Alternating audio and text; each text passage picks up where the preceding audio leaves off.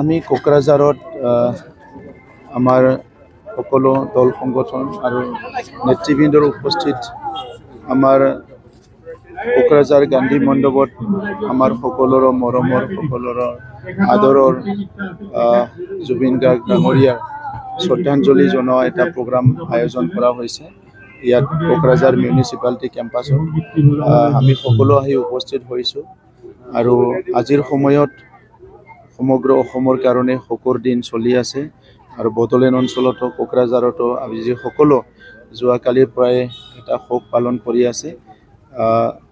আমি কোনোৱে ইমান সহজে ল'ব পৰা নাই আৰু পাহৰিব পৰা নাই যিসকলে তেখেতৰ গীত মাত শুনে তেখেতসকলৰ কাৰণে তো আপোনে আৰু আমি বহুত ওচৰৰ পৰাই পোৱা আৰু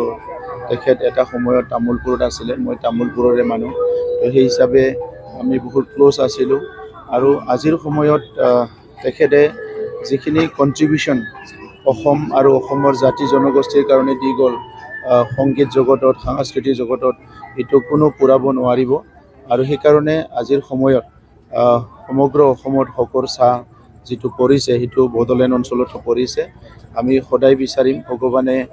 তেখেতক স্বৰ্গত ভালে ৰাখক আৰু ভগৱানক প্ৰাৰ্থনা কৰিম যে জুবিন দা যাতে পুনৰ অসমতে জন্ম লয় আৰু তেখেতৰ গীত আমি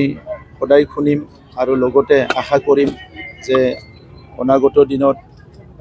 তেখেতৰ স্মৃতিত আমি বড়োলেণ্ড অঞ্চলতো বিভিন্ন ইনষ্টিটিউশ্যনছ বিভিন্ন গভৰ্ণমেণ্ট প্ৰগ্ৰামছ আৰু বিভিন্ন মেমৰিয়েলছবিলাক আমি ইয়াতো কৰিবলৈ আমি এটা পদক্ষেপ ল'ম জুবিন দা সদায় অমৰ হৈ থাকিব অকল অসমবাসী নহয় বিশ্ববাসীৰ